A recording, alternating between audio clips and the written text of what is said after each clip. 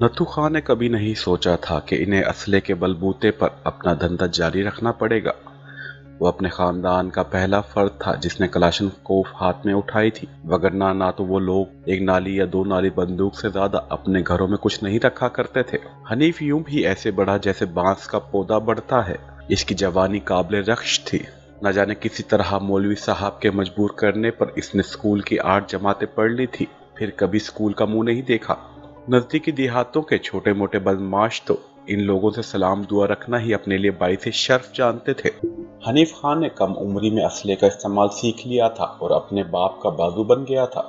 सरहद पार से जिन चोरों के साथ इनका याराना था, वो लोग माल सरहद तक पहुंचाकर अपनी तरफ का नाका लकीर दिया करते थे, जबकि इस तरफ का नाका नथु खान दे दिया करता और धंधा आराम से चलता रहता। अब इसने आना जाना भी कम कर दिया था, लेकिन उस रोज जब अचानक मोहन सांसी उससे मिलने आया तो नथु खान लालच में आ गया। मोहन सांसी उसके ददीना साथी मुख्य सांसी का रिश्तेदार था और नथु खां के पास सरहद पार से बड़ी अहम इत्तला लेकर आया था। नथु खां 3 घोड़ियां हैं, रेस में दौड़ने वाली, एक एक की कीमत 1-1 लाख रुपए बनती है। 1 लाख तो मेरा उठ चुका है अब तक। तुझसे बेहतर नायब मुझे नजर नहीं आया। मुख्य से तेरा एड्रेस लेकर अपनी जान पर खेल कर तुझ तक पहुंचा हूं, अगर तेरी मर्जी हो, मोहन ने सांस लेकर कहा। मोहन सिंह, मैं नावाकिफों के साथ धंधा नहीं करता, लेकिन तू मुख्य सांसी का रिश्तेदार है तो तेरे साथ काम की हामी भर रहा हूँ।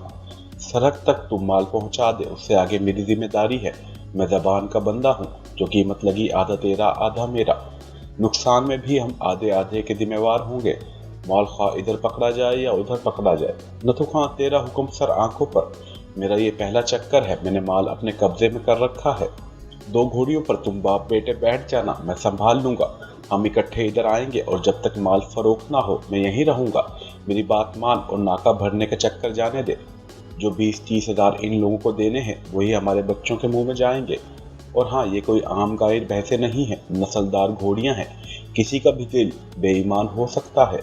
आगे तेरी मर्जी। मैं एक बात की गारंटी देता हूँ कि जिस रास्ते से तुम्हें लाऊंगा वहां से तालियां बजाते आना, कोई तुम्हारी हवा की तरफ भी नहीं देखेगा। मोहन सिंह ने उसे मुतमईन कर दिया था। नथु खां ऐसा कच्चा बदमाश नहीं था। उसने घाट घाट का पानी पिया हुआ था और जानता था कि मोहन सिंह उसे धोखा नहीं दे सकता। ठीक है मोहने, मैं परसों ही आता हूँ, नथु खां ने फैसला कुन लहजे में कहा।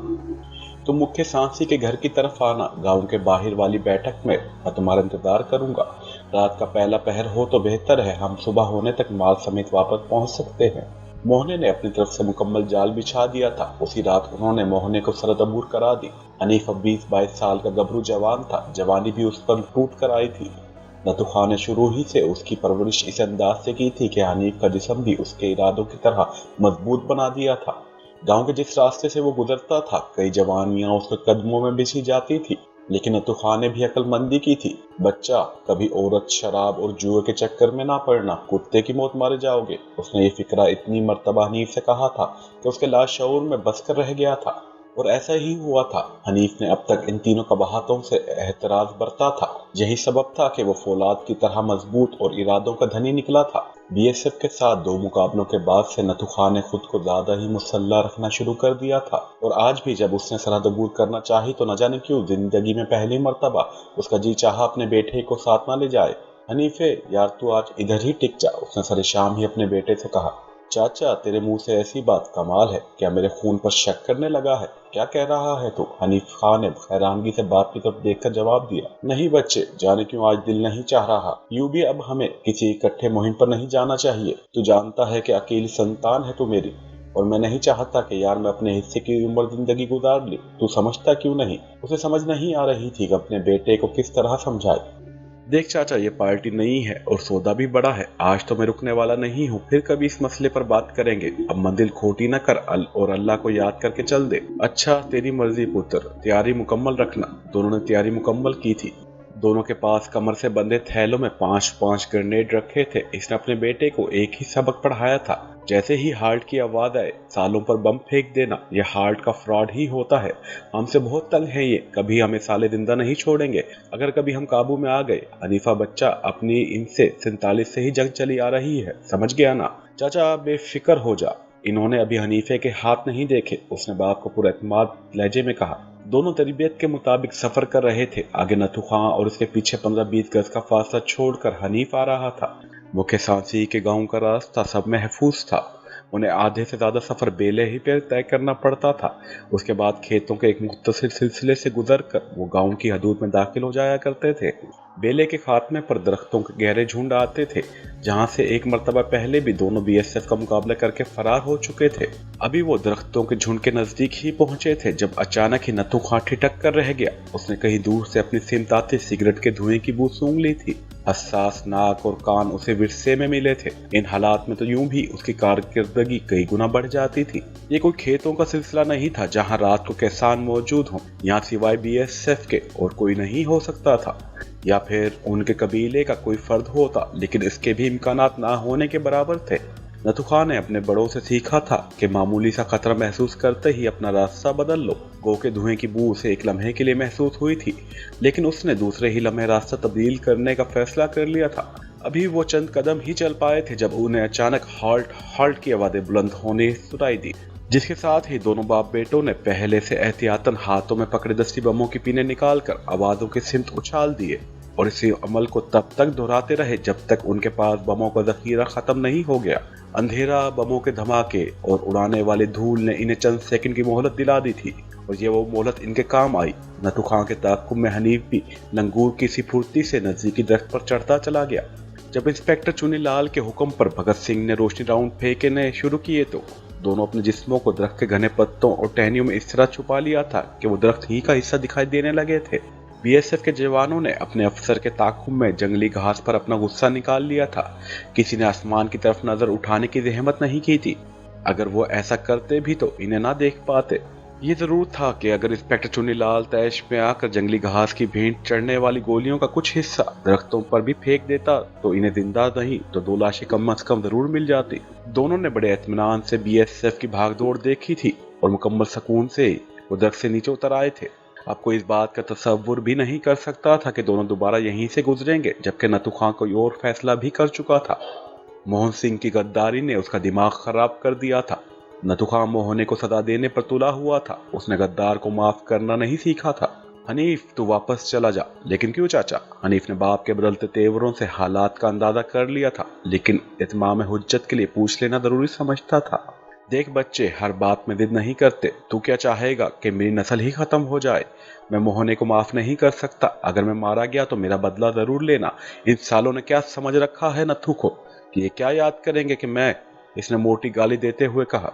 चाचा, दिल तो नहीं मानता, लेकिन तेरा हुक्म है तो वापस लौट जाता हूँ। हनीफे ने आज पहली मर्तबा अपने बाप को इस मूड में देखा था।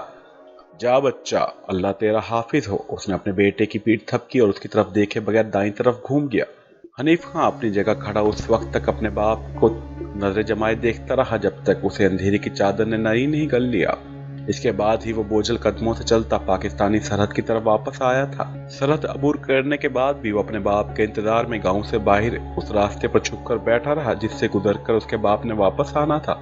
नथु खां गुस्से की आग में जल रहा था। अगले 1 घंटे बाद वो अपने दीरीना साथी मुख्य सांसी के घर मौजूद था। मुखा उसे अचानक अपने हाथ देखकर हैरान रह गया। नथु, तू इस तरह अचानक? तुझे मेरे आने की खबर नहीं थी क्या? नथु खां ने हैरान परेशान मुख्य सांसी की बात काटते हुए कहा। यार, तेरा घर है, जब जी चाहे आ जा, लेकिन आज तू इस तरफ ना ही आता तो बेहतर है। आज तो बहुत गोली चली है, बड़ी फायरिंग हुई है। मुख्य ने उसे मकान के अंदर एक महफूज कमरे में ले जाते हुए कहा। जानते हो मुख्य, ये गोली किस पर चली है? नथु खां ने अपने दरीना दोस्त से पूछा। क्यों पहेलियां बुझवा रहा है यार? खुलकर बात कर, मसला क्या है? तूने मुझे परेशान करके रख दिया है। मुखा वाकई परेशान हो रहा था। मुख्य, ये फायरिंग मुझ पर हुई थी। बस यूं जान ले कि अभी कुछ दिन की जिंदगी बाकी है जो बच गया, और ये सारा किया धरा तेरे इस रिश्तेदार मोहने का है। नथु खां ने कहा। मोहन सिंह का? वो तो सिक्योरिटी वालों का पुराना टाउट है। वो साला तेरे पास कहाँ पहुंच गया? नथु खां, तू नशे में तो नहीं बोल रहा? नथु खां ने अंदाजा कर लिया था कि मुख्य को किसी बात की खबर नहीं, और मोहन सिंह ने उसे भी धोखा दिया है। उसने मुख्य सांसी को सारी कहानी सुना दी। नथु खां, वक्त खोटा ना कर। ये हिसाब अभी बराबर हो जाए तो बेहतर है, वरना सुबह तक वो हमारी पहुंच से बाहर हो जाएगा। उठ, मेरे साथ चल। मुख्य सांसी भी यारों का यार था। इसका और नथु खां का 30 बरस का याराना था। वो इस दोस्ती के दांव पर नहीं लगा सकता था। मोहना इसी गांव का रिहायशी था और गांव के बाहर अपनी हवेली में गहरी नींद के मजे ले रहा था जब मौत के दोनों फरिश्ते इसके सराहने जा खड़े हुए। इन्होंने हवेली के इस कमरे में जिसमें मोहना सो रहा था दरवाजा एक ही झटके से तोड़ डाला था। हवेली में शायद और कोई नहीं था और ना ही मोहन सिंह ने इसकी जरूरत महसूस की थी कि वो किसी और को अपने साथ रखता। दोनों को वहां अचानक देखकर ही उसकी आधी जान निकल गई थी। क्या बात है मोहन सिंह, घबरा गया?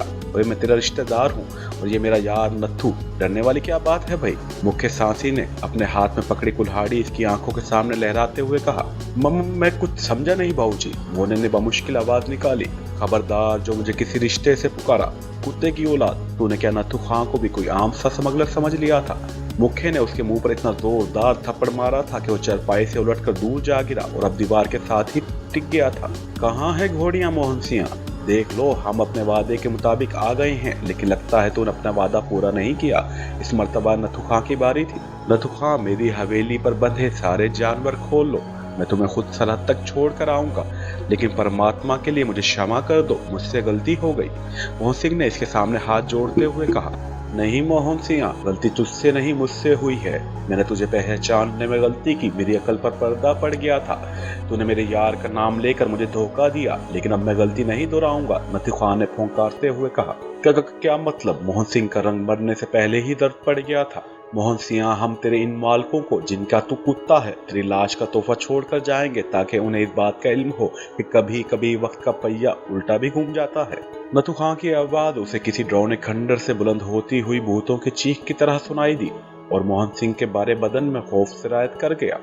मुखे, तू एक मुसले के साथ मिलकर अपने धर्म के बंदे को कत्ल करेगा? तेरा दिमाग खराब हो गया है क्या?